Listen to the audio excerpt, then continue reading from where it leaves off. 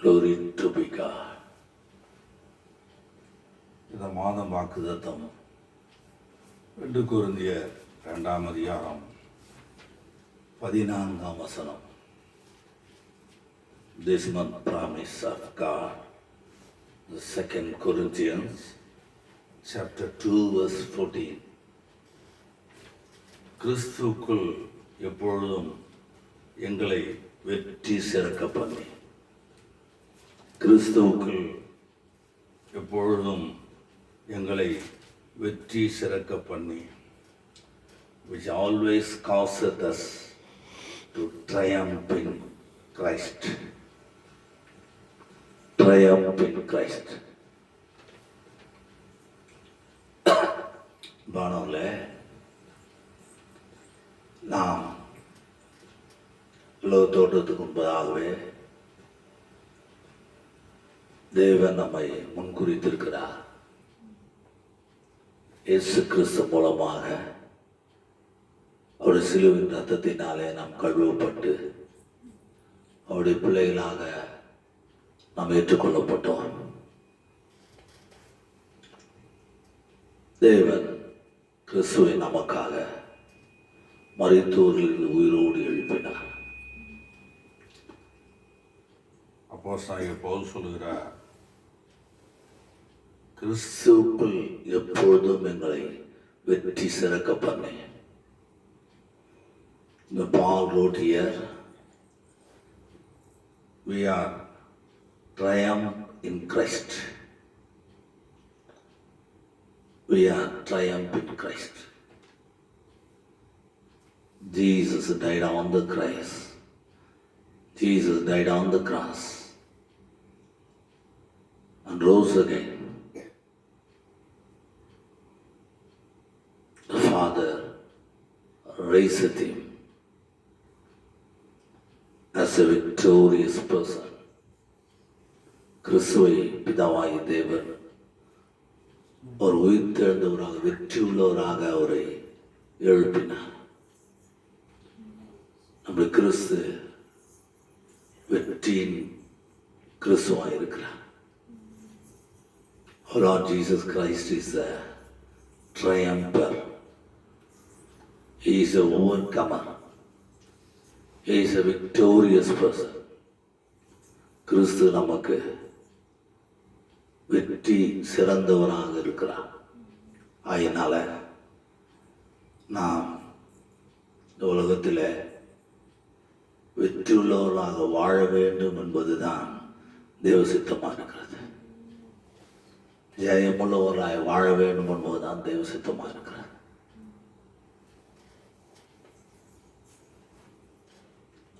The Lord's plan is we should be the overcomer.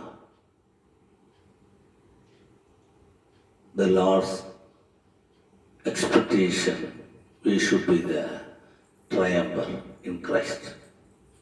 ஆண்டவருடைய திட்டம் நாம் கிறிஸ்துவுக்குள்ள வெற்றியுள்ளவராக ஜெயமுள்ளவராக இருக்க வேண்டும் என்பதுதான் தேவ சித்தமாக இருக்கிறது.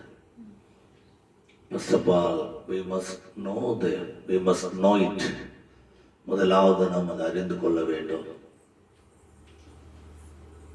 நான் அவ்வளவுதான், இனிமேல் நான் எழுந்திருக்க மாட்டேன் என்று அப்படி நாம் அவிசுவாசமான வார்த்தைகளை சொல்லவே கூடாது. என் ஆண்டவராகிய இயேசு கிறிஸ்து வெற்றி சிறக்க பண்ணுகிற தேவன் எனக்குள் இருக்கிறார்.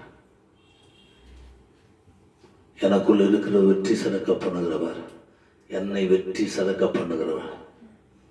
The Lord who is in me, you will be make me a victorious person.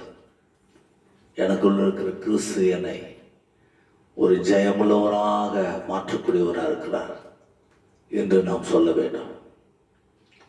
அதுதான் நம் விசுவாச வார்த்தை. These are all called believe, the faith words, the positive words. அவிசுவாசம் என்பது பின்மாற்றத்துக்குரியதாக இருக்கிறது. அதனால சூழ்நிலைகளை சோதனைகளை நாம் பார்த்து அவிசுவாசமான வார்த்தைகளை பேசாதபடி, in the midst of all the negative things, in the midst of the sorrow, in the midst of the all burdens, whatever we are facing, in the midst of everything, we must say, I am a triumpher in Christ. I am an overcomer in Christ. Such a way we have to say. This is the way we have to lead us. இந்த வழியாகத்தான் நம்மை நடத்த வேண்டும். நாம் அவிசுவாசமான வார்த்தைகளை நாம் சொல்லவே கூடாது. May the Lord give us grace. தேவன் நமக்கு கிருபை செய்வாராக. See, how can we get the victory? How can we get the victorious? Get the victory. நம்ம எப்படி ஜெயத்தை பெற முடியும்? என்னுடைய சொந்த முயற்சியினாலோ உங்களுடைய சொந்த முயற்சியினாலோ நீங்கள் ஜெயத்தை பெற முடியாது. But Christ, through Christ we can get it. ஆனால் கிறிஸ்து மூலமாக நாம் அந்த ஜெயத்தை பெற்றுக்கொள்ள முடியும். அந்த வெற்றியை நாம் பெற்றுக்கொள்ள முடியும். அதனால் நாம் Christ, we can get the victory. Unless Christ, without Christ, we cannot go the victorious life. கிறிஸ்து இல்லாமல் நாம் வெற்றி ஜீவியத்தை செய்யவே முடியாது. கர்த்தர் நமக்கு உதவி செய்வாங்க. உதவி செய்வார். May the Lord give us the grace. We can find the word of God, how the people got the victory. நாம் வேதத்தில் வாசிக்கிறோம் எப்படி கர்த்தருடைய பிள்ளைகள் ஜெயத்தை பெற்றுக்கொள்கிறார்கள் என்று. இந்த 1 Samuel chapter 17 verse 45.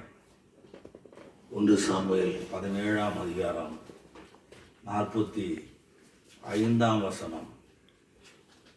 சேனைகளின் கர்த்தரின் நாமத்தில் உன்னிடத்தில் வருகிறேன் என்று தாவீது இங்கு ஆண்டவருடைய நாமத்தினாலே அவன் ஜெயத்தை பெறுகிறான். தாவீது கர்த்தரின் நாமத்தினாலே அவன் ஜெயத்தை பெறுகிறான்.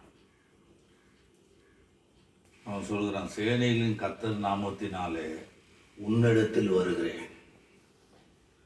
In 1 Samuel chapter 17 verse 45, David said,